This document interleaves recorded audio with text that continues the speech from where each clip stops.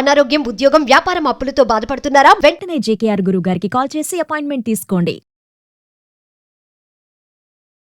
అమ్మ మామూలుగా ఎవరైనా సరే ఒక ఏజ్ వచ్చిన తర్వాత 20 ఏళ్ళ అమ్మాయి ఇలా ఉండాలి, 30 ఏళ్ళ అమ్మాయి ఇలా ఉండాలి, 40 ఏళ్ళ అమ్మాయి అలా మనం ఏజ్ వైజ్ చూసుకుంటే ఈరోజు మాత్రం ఖచ్చితంగా 50 ఏళ్ళు దాటిన స్త్రీ ఎలా ఉండాలి? ఎందుకంటే కొంతమంది సింగిల్గానే ఉంటారు, మాకు బాగుంది కదా, మాకు కాళ్ళు చేతులు బాగున్నాయి, ఎవరిపైన డిపెండ్ అవ్వాల్సిన అవసరం లేదని పిల్లల దగ్గరికి రాని పేరెంట్స్ చాలా మంది ఉన్నారు. 50 కానీ 60 కానీ 70 కాని వాళ్ళు కూడా రాకుండా ఉన్నారు. సో 50 దాటిన వాళ్ళు ముఖ్యంగా స్త్రీలు ఎలా ఉండాలి?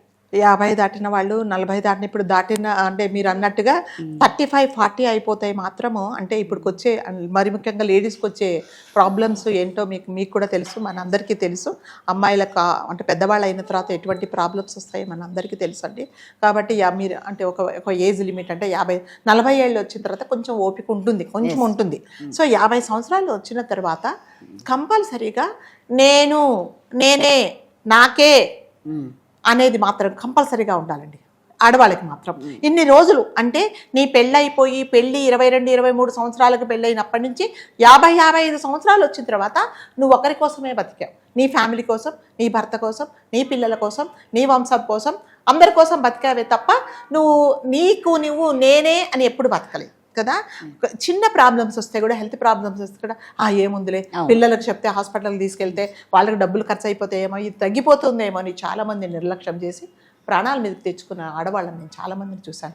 55 సంవత్సరాలు వచ్చిన తర్వాత మళ్ళీ చెప్తున్నా నాకే ఓకే, ఇది నా కోసమే నేను ఉండాలి, ఇది నేనే అని మీరు అనుకున్నప్పుడు నేను అని మీరు అనుకోండి. నాకేంటి, నా భవిష్యత్తు ఏంటి, రేపొద్దున మూలబడితే ఏంటి అనేది కుటుంబ తాపత్రయం అనేది వదిలేసేయండి. 55 సంవత్సరాలు వచ్చిన తర్వాత మనకున్న పిల్లలు వాళ్ళు పెద్దవాళ్ళు అయిపోతారు, వాళ్ళ ఓన్ డెసిషన్స్ వాళ్ళు తీసుకుంటారు, వాళ్ళ సంసారం వాళ్ళకు ఉంటుంది.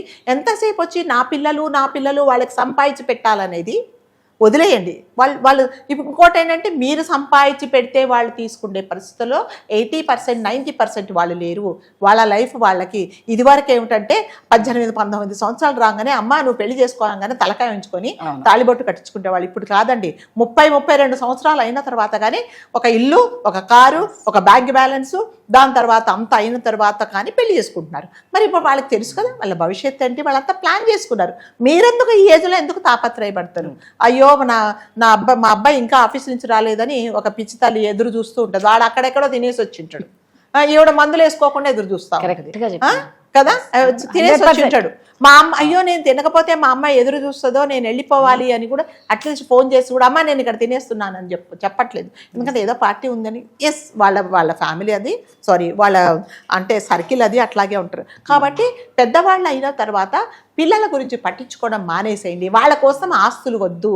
మరీ చెప్తున్నాను, మీ బ్యాంకులో అట్లీస్ట్ ఒక 3 లక్షల రూపాయలు మీకోసమే, ఇది అంటే మీరే సర్వహక్కులు ఉండేలాగా పెట్టుకోండి. మీకు అవసరమైతేనే మీరు డ్రా చేసుకుంటే హక్కు పెట్టుకోండి. ఏముంది మా వాడు కదా, మా వాడు ఇస్తాడు ఇయ్యలేడు చెప్పలేము, అందరూ కాదు, కొంతమంది పిల్లలు ఎందుకమ్మా నీకేం అవసరం ఉన్నది, పెన్షన్ డబ్బులు కూడా తీసుకొని వాళ్ళకి అవసరం ఉన్నా కూడా ఇవ్వకుండా మందులు కొని తల్లిదండ్రులను చూసామండి. ఎందుకంటే నా పిల్లలే కదా, నా పిల్లలు నన్ను మోసం చేస్తారని ఒక తల్లికి ఒక పిచ్చి నమ్మకం. ఆ నమ్మకాలు పెట్టుకోకండి. మీ అకౌంట్లో మీరే పెట్టుకోండి. నిజంగా భగవంతుడు మీకు మంచి హెల్త్ ఇస్తే మీరు మీ పెళ్ళైనప్పుడు అంటే మీ వారు ఉన్నప్పుడు, మీ పిల్లలతో ఉన్నప్పుడు మీరు ఏది అనుభవించలేదో చక్కగా అంటే దేవుడు మీద నమ్మకం ఉంటే గుళ్ళకి వెళ్ళండి, ఫ్రెండ్స్ సర్కిల్లో తిరగండి, దాని తర్వాత మీకు కావాల్సినది కొనుక్కోండి, కావాల్సినట్టుగా మీ ఫ్రెండ్స్తో ఉండండి. నిజంగా ఈ 55 సంవత్సరాలు దాటిన వాళ్ళు ఎన్ని రోజులు గడిపారంటే ఎంతసేపు సంసారమే అంతే. ఇప్పుడు ఇక్కడ బ్రేక్ఫాస్ట్ రెడీ అవుతుంటే మధ్యాహ్నం భోజనం గురించి ఆలోచిస్తారు, మధ్యాహ్నం భోజనం రెడీ అవుతుంటే రాత్రి గురించి ఆలోచిస్తారు, రాత్రి ఇంకా పడుకొని కళ్ళు మూసుకొని అయ్యో బాబాయ్ 12ంటికి అయ్యో పప్పు నానబెట్టలేదే, నేను పోయి తొందరగా పప్పు. ఎంతసేపు అదే పిల్లల బట్టలు, పిల్లల ఇస్త్రీలు, ఇవన్నీ కాదు. మరి నువ్వేంటి, నీ ఆరోగ్యం ఏంటి, రేపొద్దున నువ్వు మూలపడితే ఎవరు చూస్తారు అనేది ప్రతి ఒక్క స్త్రీ ఆలోచించుకోవాలండి. లేకపోతే మాత్రం ఏమవుతుందంటే పిల్లలకు టైం ఉంటే చూస్తారు, లేకపోతే లేదు. ఇంకొకటి ఏంటంటే ఇండిపెండెంట్గా బతకడం నేర్చుకోవాలండి.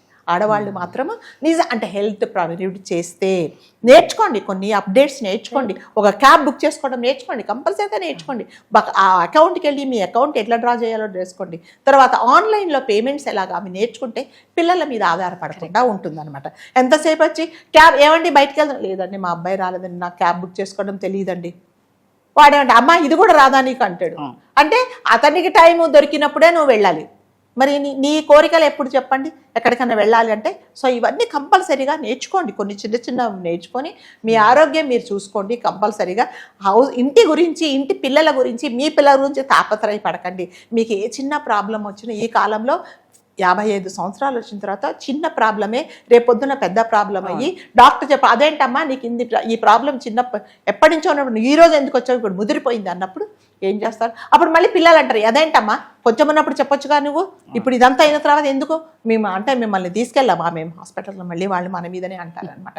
కాబట్టి నేనే నా కోసమే నీ డబ్బుల మీద సర్వాధికారాలు మీరే పెట్టుకోండి. రేపొద్దున ఈ ప్రపంచంలో ఎవ్వరూ ఏమీ తీసుకెళ్ళరండి. మనం పోయిన తర్వాత ఏది ఉన్నా కూడా చిన్న దారంతో సహా అన్నీ వాళ్ళకే, మనం ఏమీ తీసుకెళ్ళాం అంతేనా.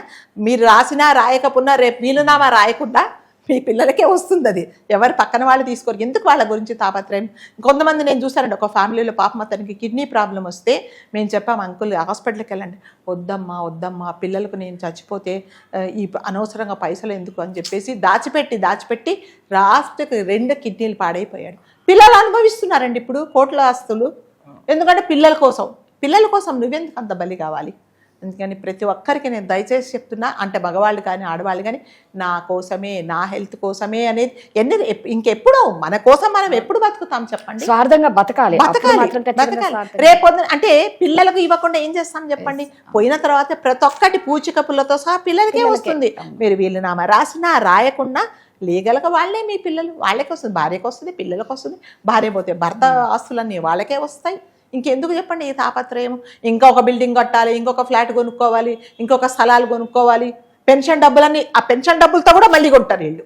అందుకని అసలు వాళ్ళు వెళ్ళిపోయినా కూడా ఎంతెంత ఉంటుందో వాళ్ళ పర్సులలో కానీ, అవునండి చాలా దాచుకుంటారు, డబ్బాలలో కానీ, బీర్వాలు వాళ్ళ బట్టల కింద కానీ, పిల్లల కోసం, మనవాళ్ళ కోసం, మనవరాళ్ళ కోసం వీళ్ళ డబ్బులు వీళ్ళ మందులు వేసుకోకుండా ఇప్పుడు ఈ యంగ్స్టర్స్ అందరి వాళ్ళ భవిష్యత్తు వాళ్ళు చూస్తున్నారండి. తప్పకుండా వాళ్ళకి ఇప్పుడు ఫైనాన్షియల్ ప్లానింగ్ మనకంటే అంటే పెద్దవాళ్ళకన్నా పిల్లలకే బాగా తెలుసు అండి. వాళ్ళు అన్ని ప్లాన్ చేసుకున్న తర్వాత, ఒక ఇల్లు కొనుక్కున్న తర్వాత, ఒక బ్యాంక్ బ్యాలెన్స్ ఉన్న తర్వాత, ఒక కారు కొనుక్కున్న తర్వాత పెళ్లి చేసుకుంటున్నారు. మరి మా అప్పుడు పెళ్లిళ్ళు చేసుకోవాలి అంటే చెప్పగానే చేసుకున్నాం అంతే. ఆడికి ఉద్యోగం ఉందా, పాడుందా, ఇంకొకటి ఉందా ఏమీ తెలియదు, మాకు చేసుకున్నాం. కానీ ఇప్పుడు చేసుకోవట్లేదు. నిజంగానే ఇది మంచిదే. మరి అట్లాంటి పిల్లల కోసం మీరెందుకు అంత తాపత్రయ పడతారు? ఎంతసేపు మందులు వేసుకోకుండా ఇంకా మా వాడు రాలేదే, మా కొడుకు రాలేదే, మా కూతురు రాలేదే అని అంటే నీ ఆరోగ్యమే పాడైపోతుంది. మళ్ళీ వాళ్ళు చెప్పే మాట వినేంత టైం కూడా వాళ్ళకు ఉండదు. పోనీ స్పెండ్ చేయడం రాగానే ఏం నాన్న ఇంత లేటుగా వచ్చావు, నిన్ను ఎవరు ఉండమన్నారమ్మా, నువ్వు మందులు తిని నీకు తెలీదా, మందులు వేసుకొని తిని పడుకోకపోయావా, నీ ఎవరున్నారు నీకు తెలీదా, బయటకు వెళ్ళి మళ్ళీ ఉల్టా వీళ్ళకే మాటలు ఎందుకు చెప్పండి? అందుకని దయచేసి ఒక ఏజ్ వచ్చిన తర్వాత తప్పకుండా మీకోసమే మీరు బతకండి. ఇంకా ఎన్ని రోజులు ఉంటామో తెలియదు. ఇది వరకు లాగా 100 సంవత్సరాలు ఎవరు గ్యారెంటీ లేదు, 50కే లేదు. అందుకని మీ స్వార్థం కూడా మీరు చూసుకో. మీ పిల్లలకు కంపల్సరిగా తల్లిదండ్రులుగా మనదే బాధ్యత. కానీ ఫస్ట్ ఒక ఏజ్ వచ్చితే నేను అనుకున్న తర్వాత పక్క వాళ్ళ కోసం ఆలోచించండి. మీరు అన్నది కరెక్ట్ అమ్మా. స్వార్థంతో మాత్రం ఖచ్చితంగా బతకాలి. ఆ ఏజ్ వచ్చిన తర్వాత వాళ్ళకు పెళ్ళైనప్పటి నుంచి వాళ్ళ జీవితాన్ని ధార పోస్తూనే అంతే. అనవసరంగా కొడుకు కోడల మధ్యలో కల్పించుకోవడము, లేకపోతే అల్లుడు కూతురు మధ్యలో కల్పించుకోవడము, ఇవన్నీ అడగకుండా సలహాలు ఇవ్వడం, ఇవన్నీ ఎవడు వినట్లేదండి. ఇప్పుడు ఎవరు సలహాలు వింటున్నారు? నేను ఎవరు అడిగారమ్మా, మేమేదో కొట్లాడుకుంటున్నాము, కొడుకు కూడా ఒక మాట అనుకుంటే ఇవిడ మధ్యలోకి వెళ్ళిపోద్ది. ఏమైందంటే నీకెందుకమ్మా మేమేదో అనుకుంటున్నాం అంటారు.